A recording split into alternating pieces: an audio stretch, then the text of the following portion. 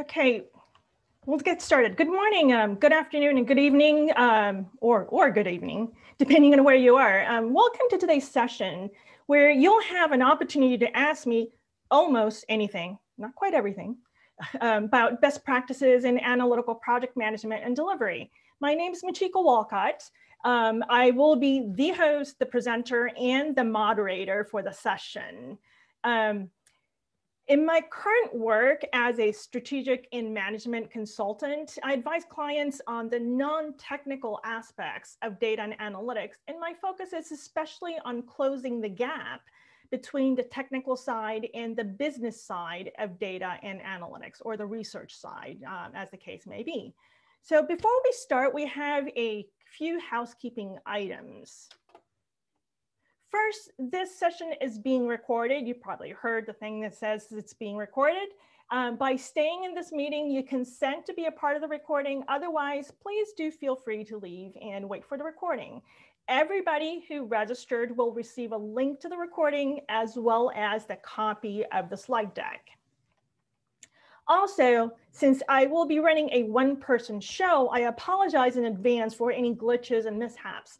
In consideration for the other attendees, as well as to make this session more manageable for me, your cooperation in keeping your video and mic off is very much appreciated. So this session is intended for technical practitioners in analytics, that is, practicing and aspiring statisticians and data scientists, machine learning engineers, etc. If you're more on the business or the researcher side, you're more than welcome to stay, but please do keep in mind that the target audience here is technical, and there will be some references and analogies targeted at a technical audience. There may even be a couple of statistical jokes. We will start the session with what I mean by project management for analytics practitioners, especially for the purpose of this session, just to kind of provide a boundary. We will review some project management best practice principles, and then address some of the questions that were already submitted as I go along. Based on the number of questions that were already submitted, this will probably take about 30 minutes. Then we'll go on to open Q&A. For that, please use the chat panel to submit your questions. I'll try to answer as many as I can reasonably in the time that we have. Unmuting has been disabled to help me manage the session, so I apologize for that in advance.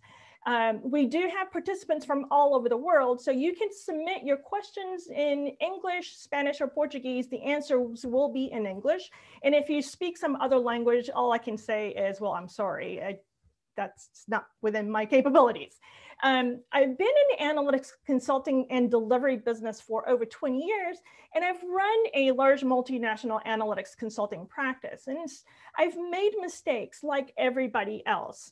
I've also seen others make mistakes. So this discussion is really based on good, solid practices that are not necessarily specific to statistics and data science, but adapted for us technical people. And of course, based on my own experience on what has and has not worked.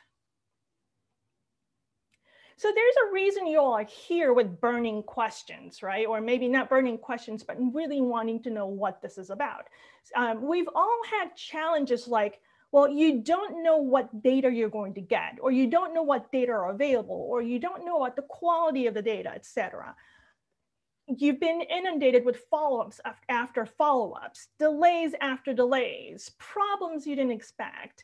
And people are just not on the same page, let's say like midway through the project.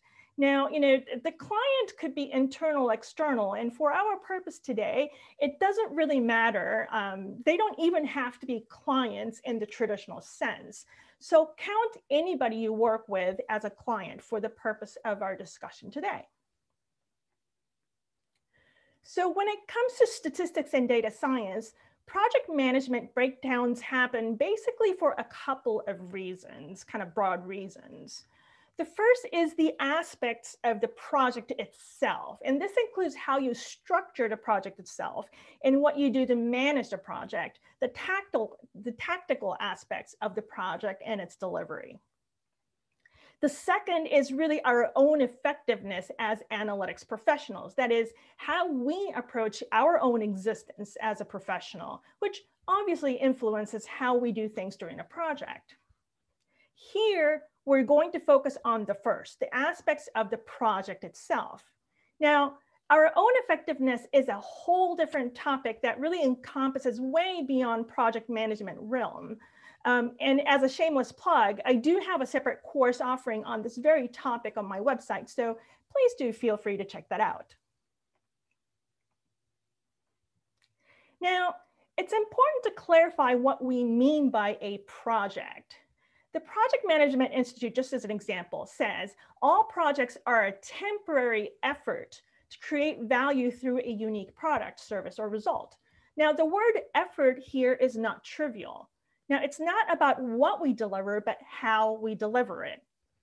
A project also has a beginning and an end. This is important to recognize. If the end is not defined for your project, then that in itself is a problem.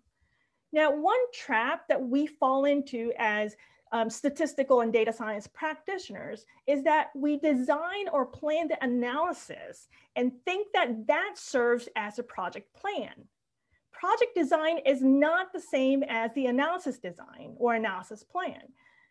The project needs to be designed deliberately on its own, or not for its own sake, as much as the analysis itself. So what I will address today is project management best practices applied to statistical or data science project delivery, again, to be it internal or external clients. Now, this is what we do as practitioners, including the structural aspects of the project, that is the project design, not the analytical design, and managing along the structural aspects, including managing our tasks.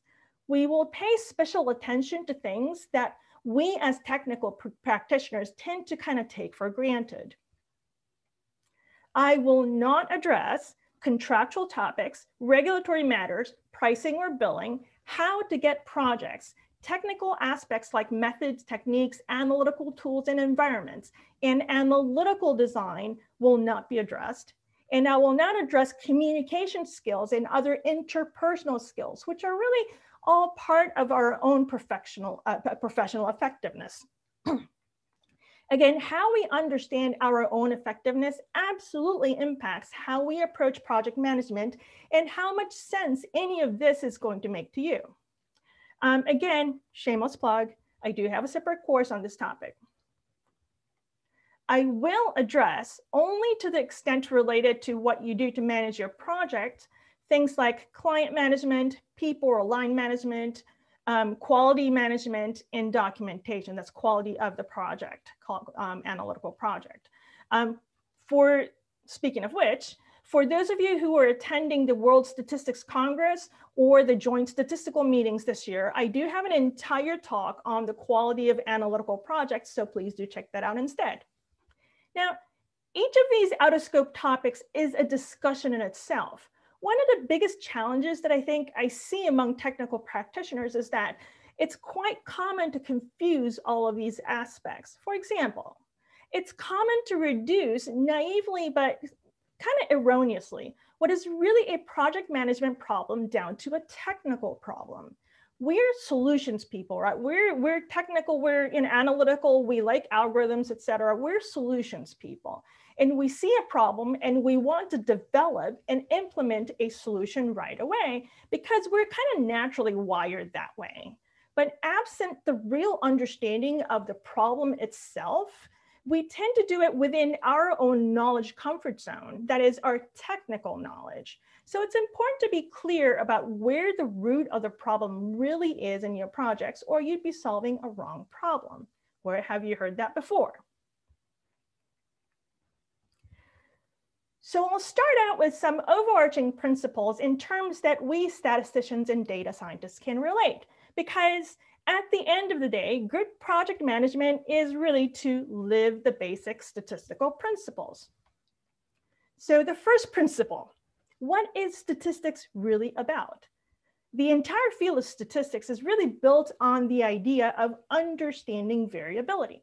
So if you're struggling with keeping your projects in control, so to speak, you're going to want to look at that. What is making your project so unpredictable? And well, every project is different, which is something I hear all the time. That is not a valid answer here. We are trained to look for patterns in data, even in small samples. We never say, well, every data point is different, right? So now our first instinct is to look at external factors, but I really challenge you to look within at what you do, not what happens to you. The second principle is that of the expected versus the observed. So classical hypothesis testing is really based on the idea that you can compare what you observe in your data to what you would expect under the hypothesis and kind of figure out whether it does or does not reasonably reasonably meet your expectations. Working on projects is exactly the same. We have expectations and problems arise when what we observe does not reasonably correspond to what we expect. By far, the vast majority of project management and delivery breakdowns are due to misaligned expectations. We will do a deeper dive on this in a little bit.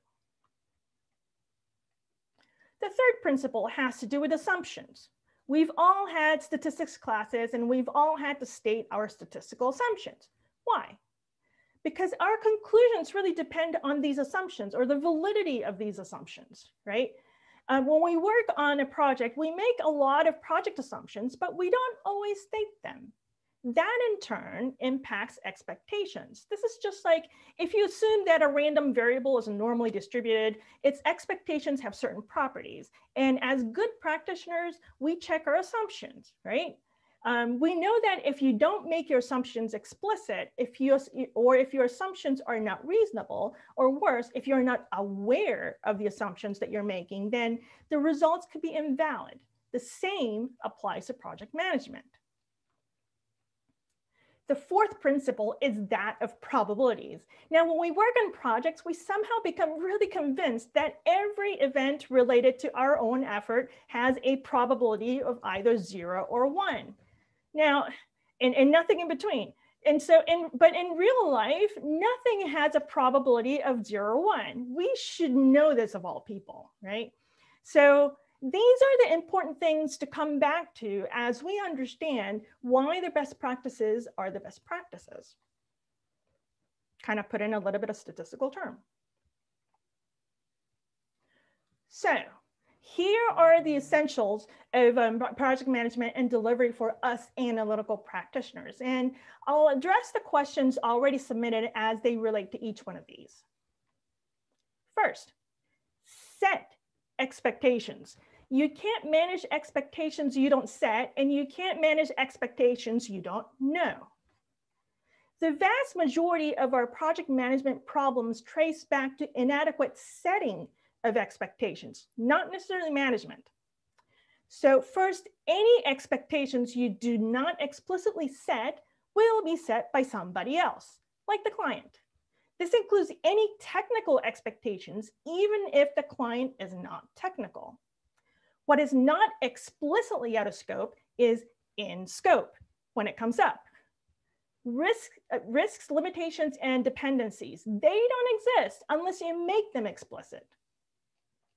Don't plan for perfection as if everything has the success probability of 1. The acceptance criteria for your deliverables will be infinite if you leave them undefined. How can you be confident that your deliverables will be accepted? Your expectations will be different from that of your client if you don't agree on them. It is important to leave 0 room for interpretation. Now, remember your classes in statistics where the idea of exact repeatable definitions was just hammered in our heads. Same here. Understand all of your stakeholders so that you can align expectations across everybody involved and understand your risks and dependencies completely. If you're missing a few stakeholders here and there, you may not understand the dependencies and risks that are associated with that particular stakeholder. There were multiple questions that were submitted on managing client expectation versus the deadlines.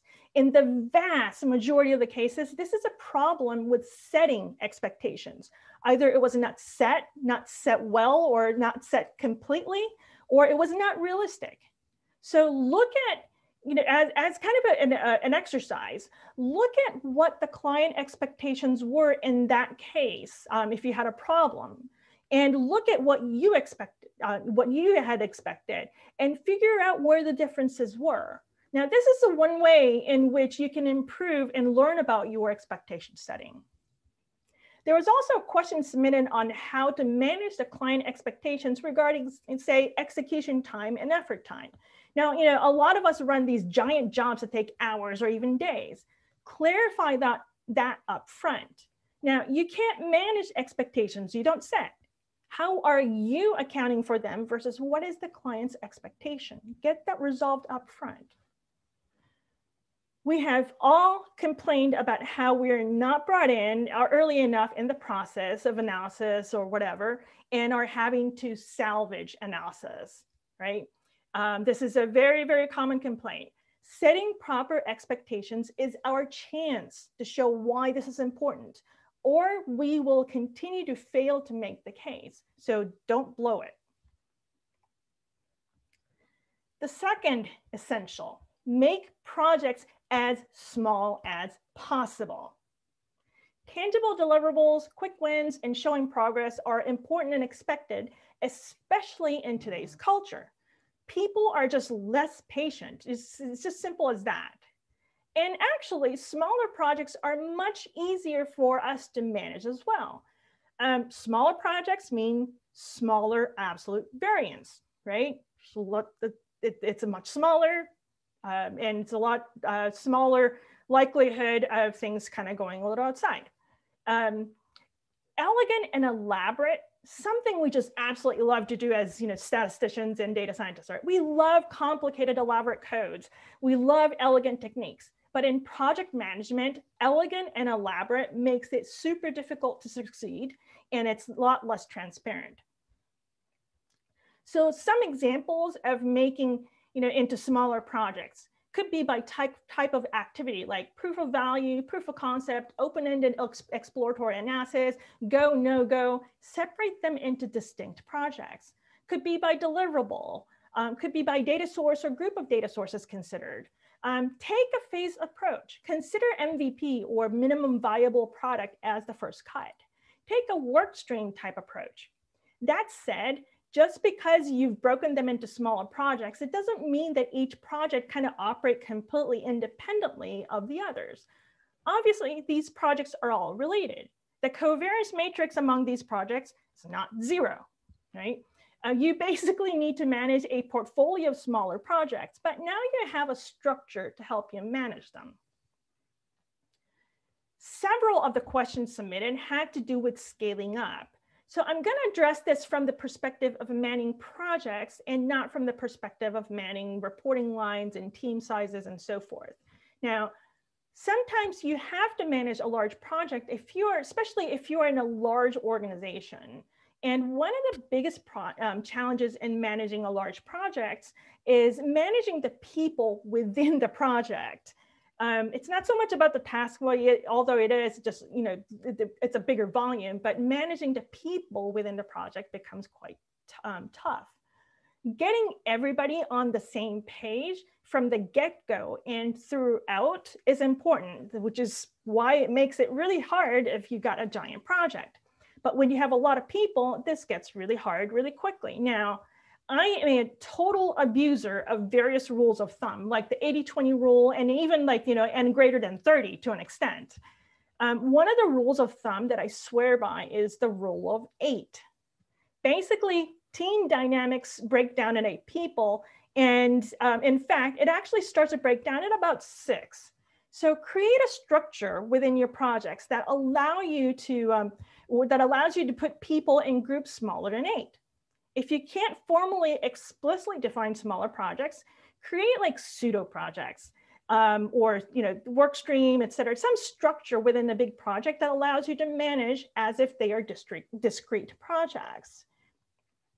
Kind of like, how it works with customer segmentation, right? You define smaller discrete parts of the whole that requires different treatment while still managing the entire population. So a lot of times what happens is that there are a whole bunch of people just working on this giant project in one, big happy family, but it becomes like a giant blobby scatter plot, which doesn't really give you any meaningful way to deal with it. And it just becomes a giant mess, or, big neural network, or whatever you want to call them.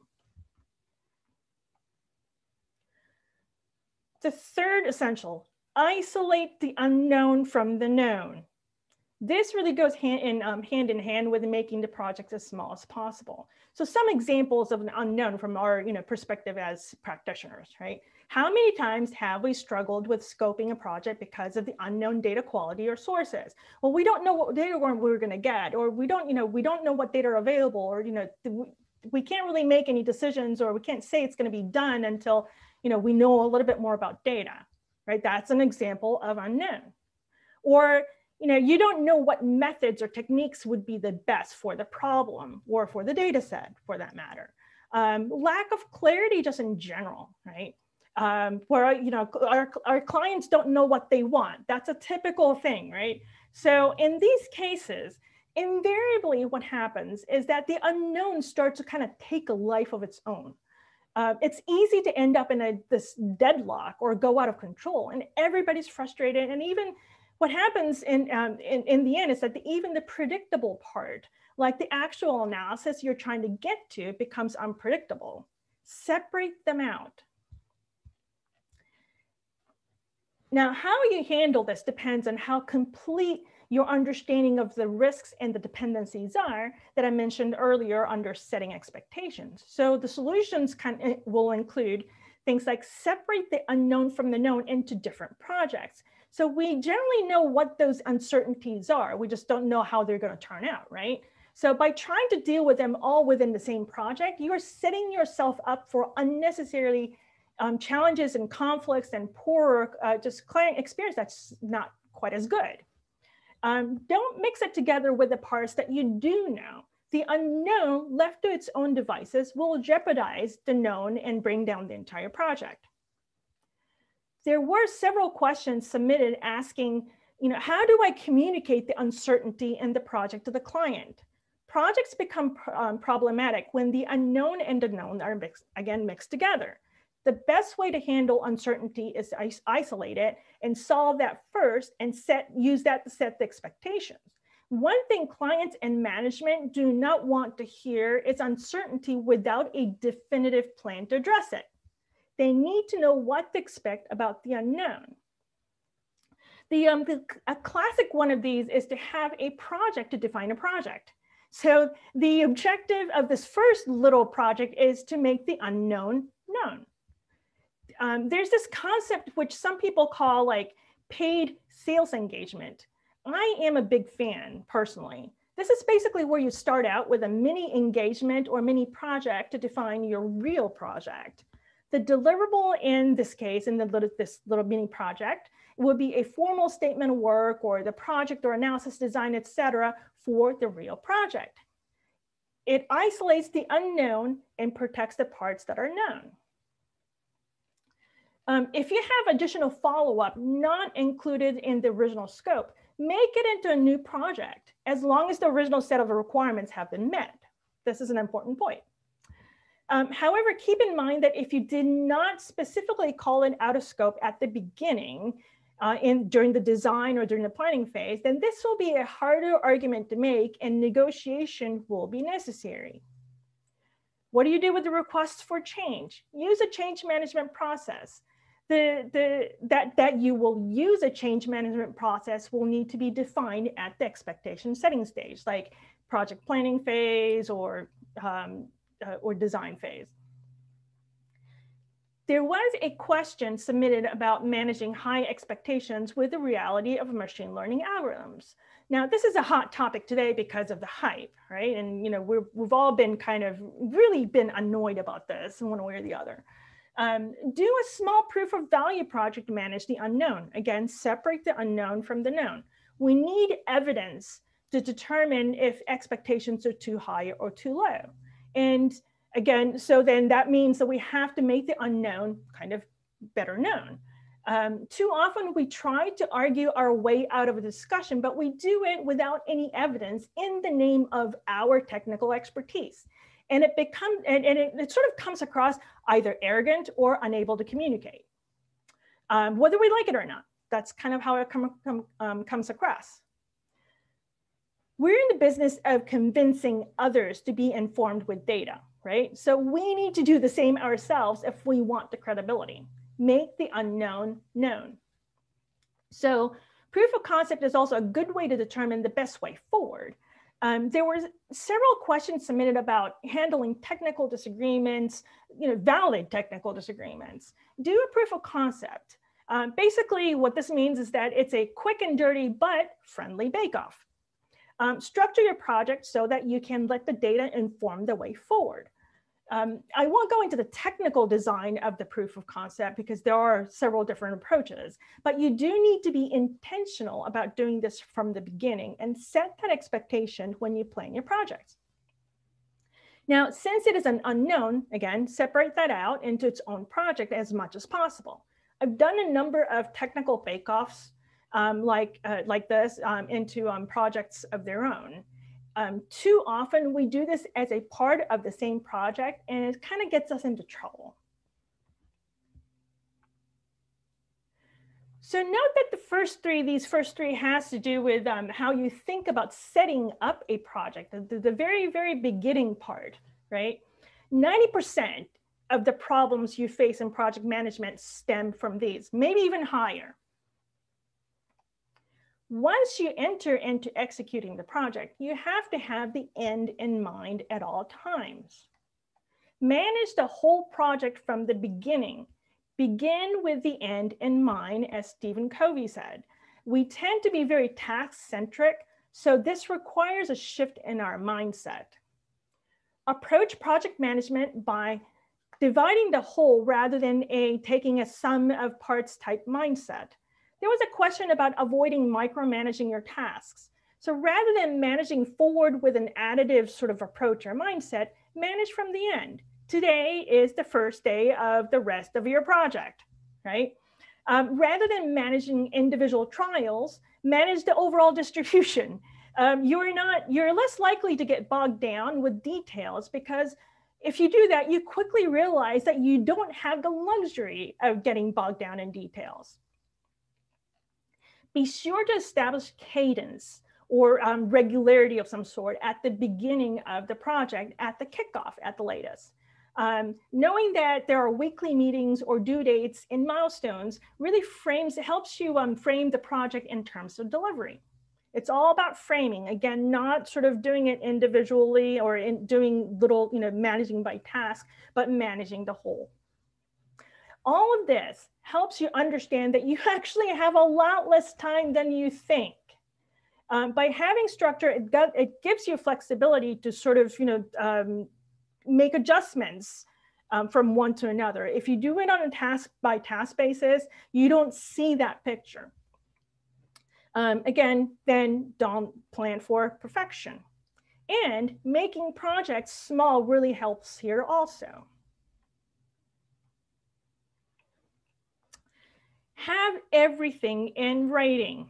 Keep in mind substance over form, at least in most cases.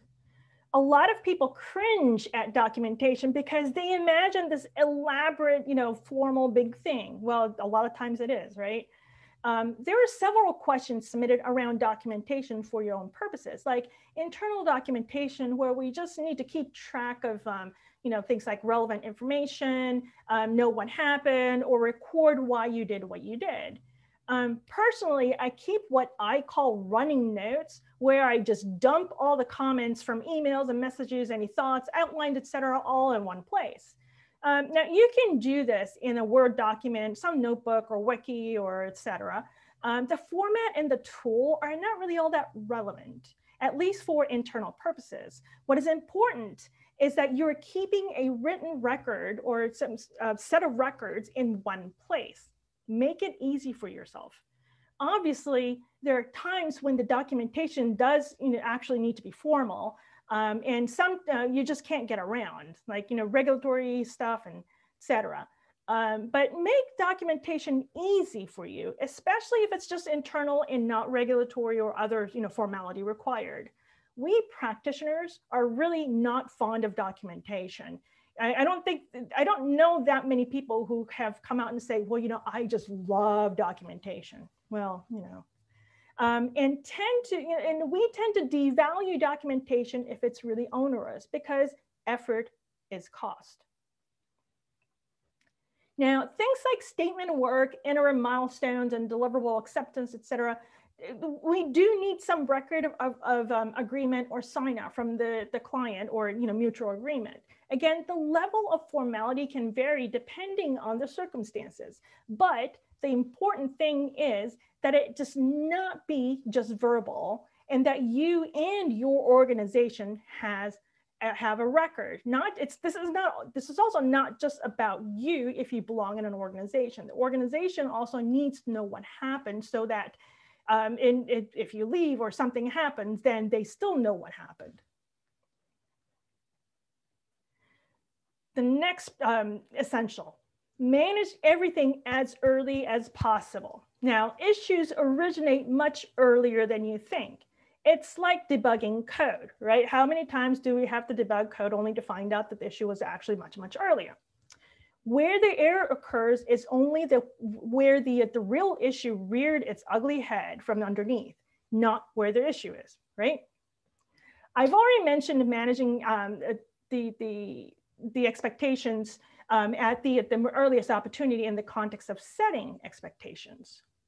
Now, don't let anything go for more than a few days without a path to resolution. Obviously, a lot of this depends on the situation, like how fast your project's moving, but more often than not, we wait too long. There's some also cultural aspects in some cases, but now that we're kind of in a global borderless situation, keep in mind that your pace may not be necessarily acceptable or workable with others.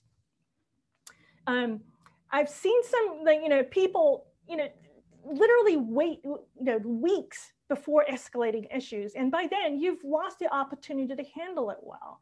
So manage it as quickly as possible, obviously within reason, but manage it a little bit quicker than you think it's needed to be managed. We often have this fear of confrontation, right? This issue is not going to go away. It just gets worse and harder to deal with.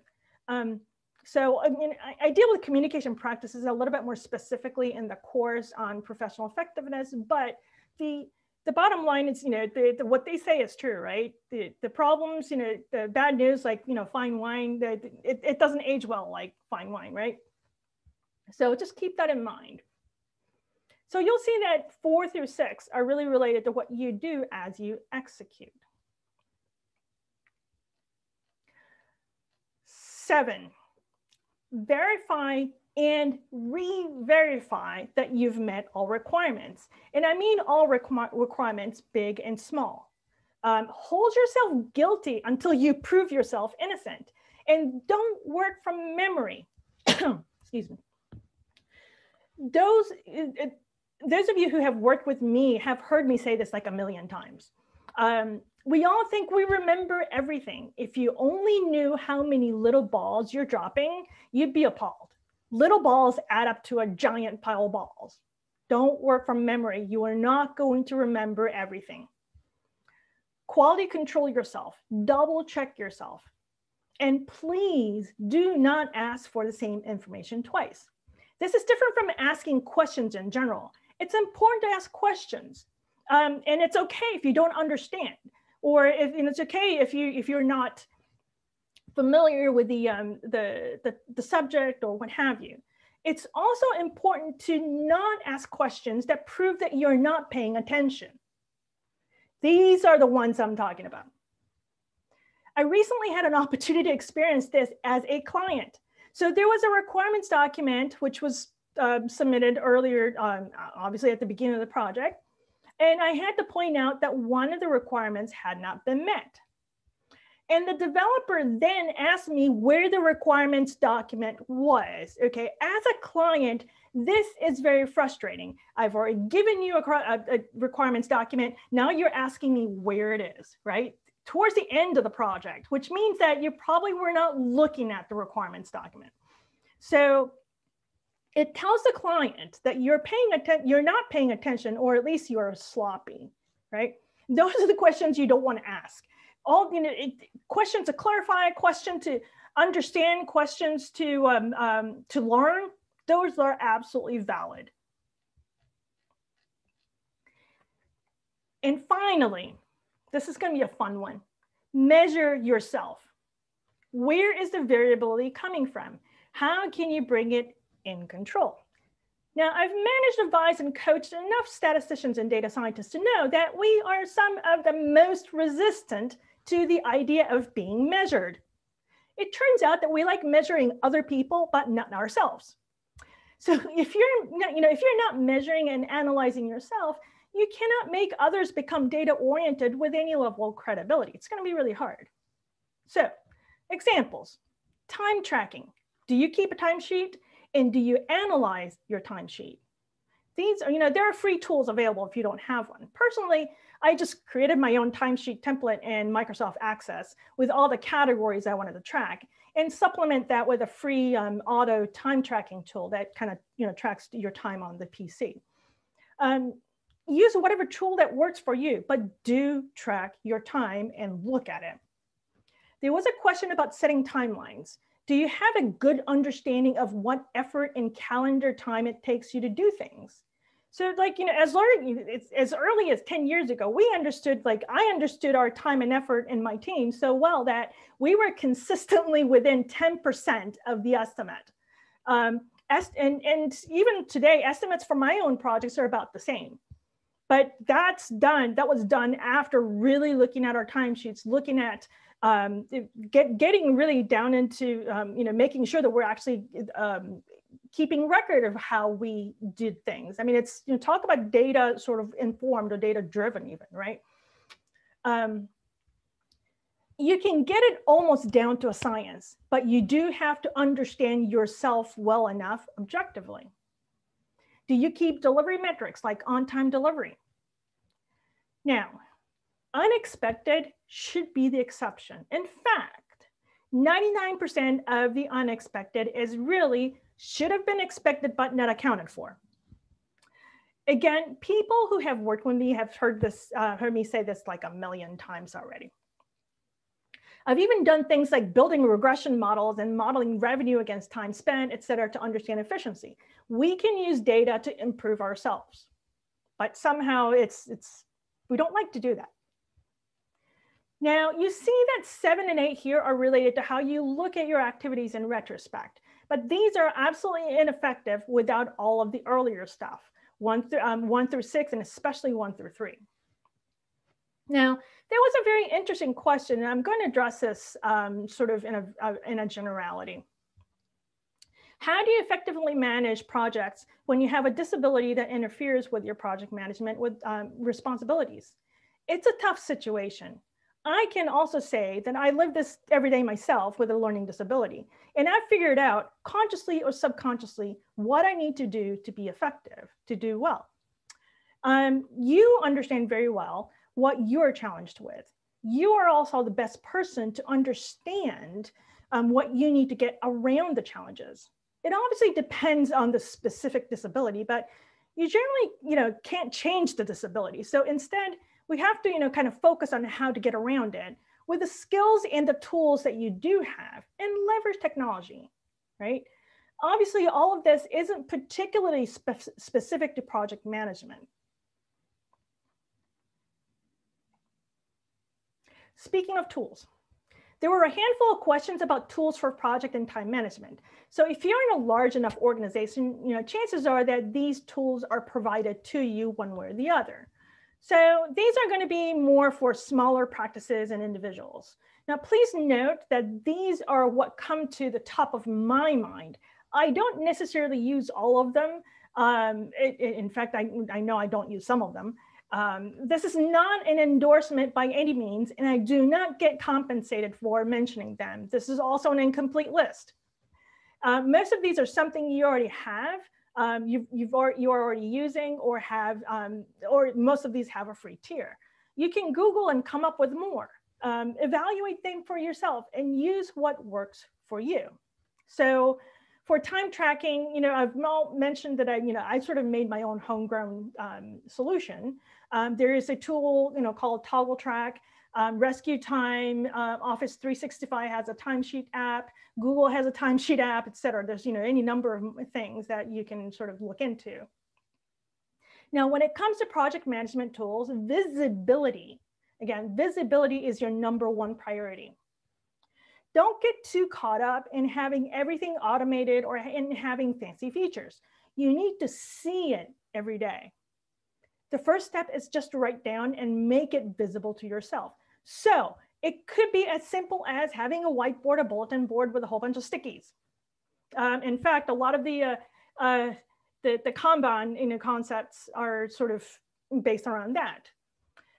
Excel, Word, Google Doc, Google Sheets, just use them, just write it down and make it visible to yourself.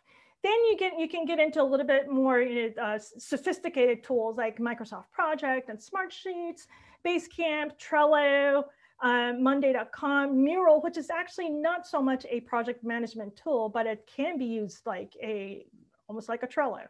Trello sort of is like an electronic bulletin board.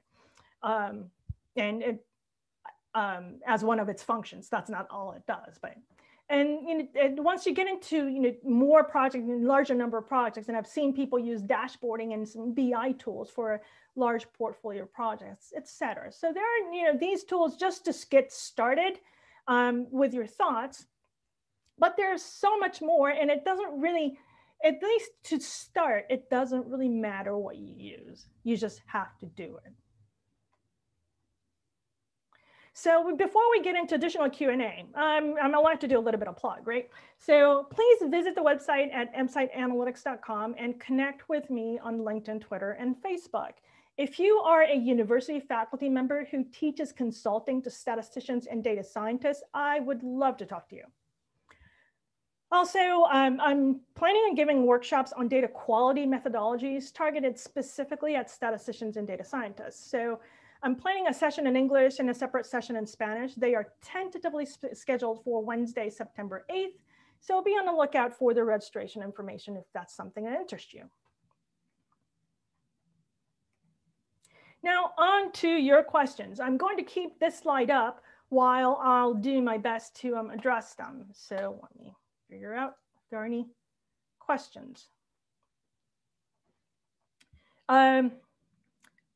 I suppose, does anybody have any questions? Can you please share the slides by email? You will receive a copy of, a copy of the slides, or the linked slides, as well as a recording. So you'll get that. Any other questions? Or did I answer them all?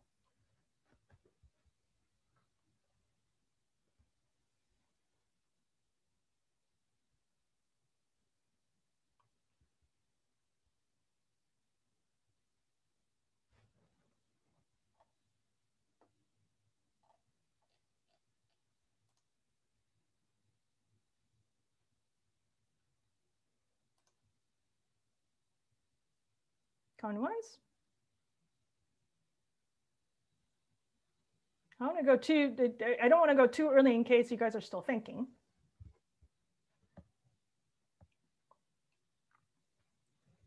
Going twice.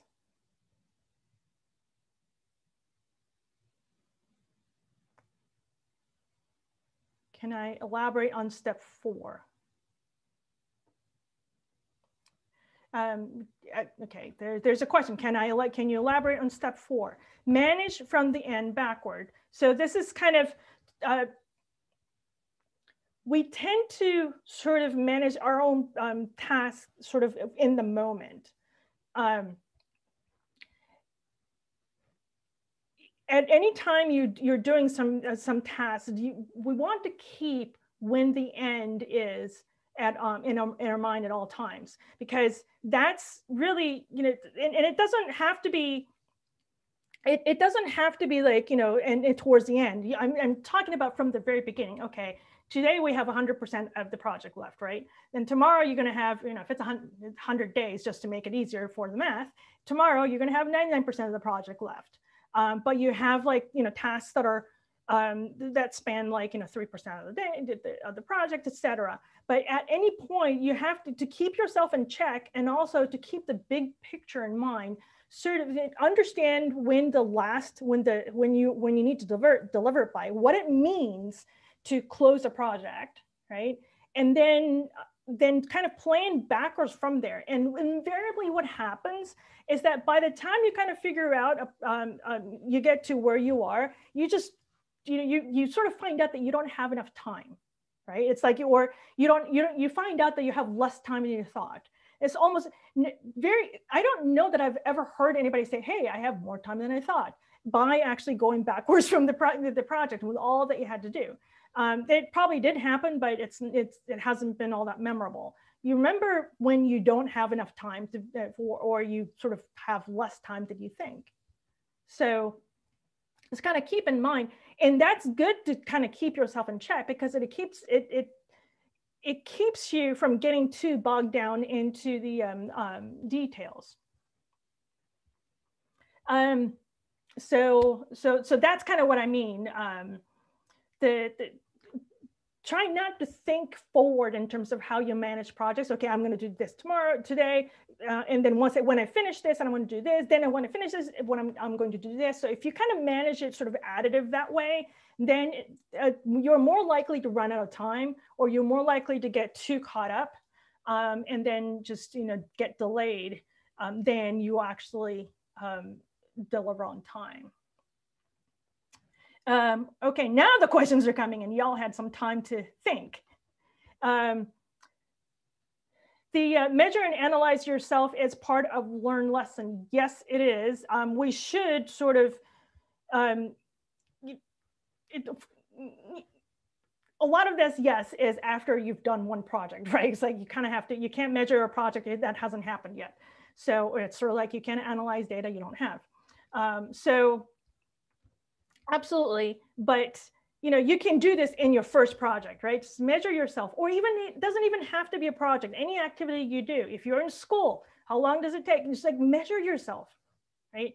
The whole point is really about measuring yourself, and not being afraid to measure yourself, and not being willing to look at yourself objectively, because we are all subjective.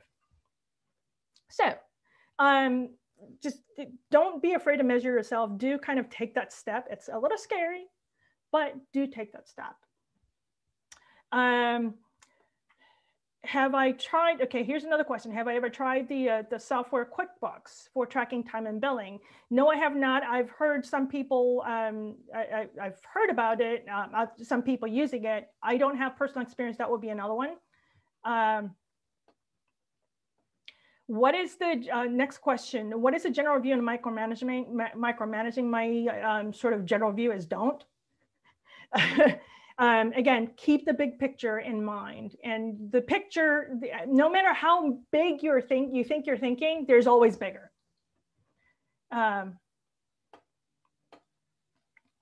Let's see. Okay, that's not a question. Okay, so I will not answer a non-question, but thank you very much for the compliment. Anybody else? Any other question? Is there anything else that I did not answer? I think I answered all of them.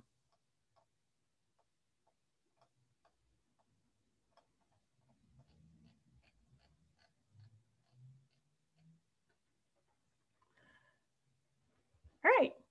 So if not, oh, another one. How to balance helping others with code versus micromanaging which direction the project should go.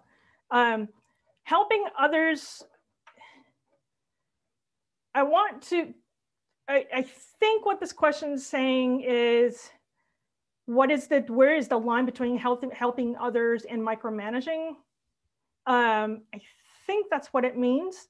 And they're, you helping others is like not doing it for them, right? Micromanaging is like when you, it's,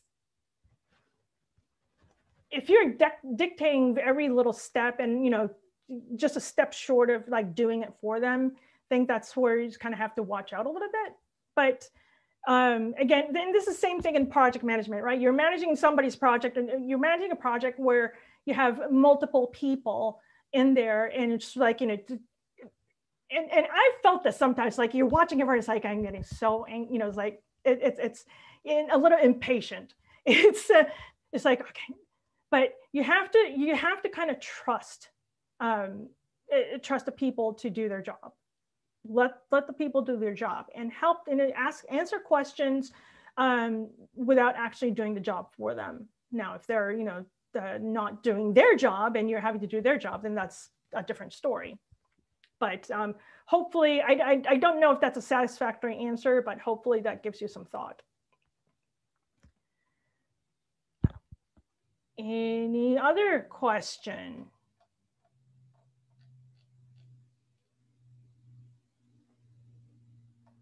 All right. Well, it is almost at the top of the hour. So that said, I'll do one final little plug. We're coming to the end of the hour again. As I mentioned at the beginning of the session, you will receive a link to the recording and a copy of the presentation. If you'd like specific consultation, coaching, workshop, etc., please do contact me. Thank you for coming. Thank you for listening to me, and have a great rest of your day.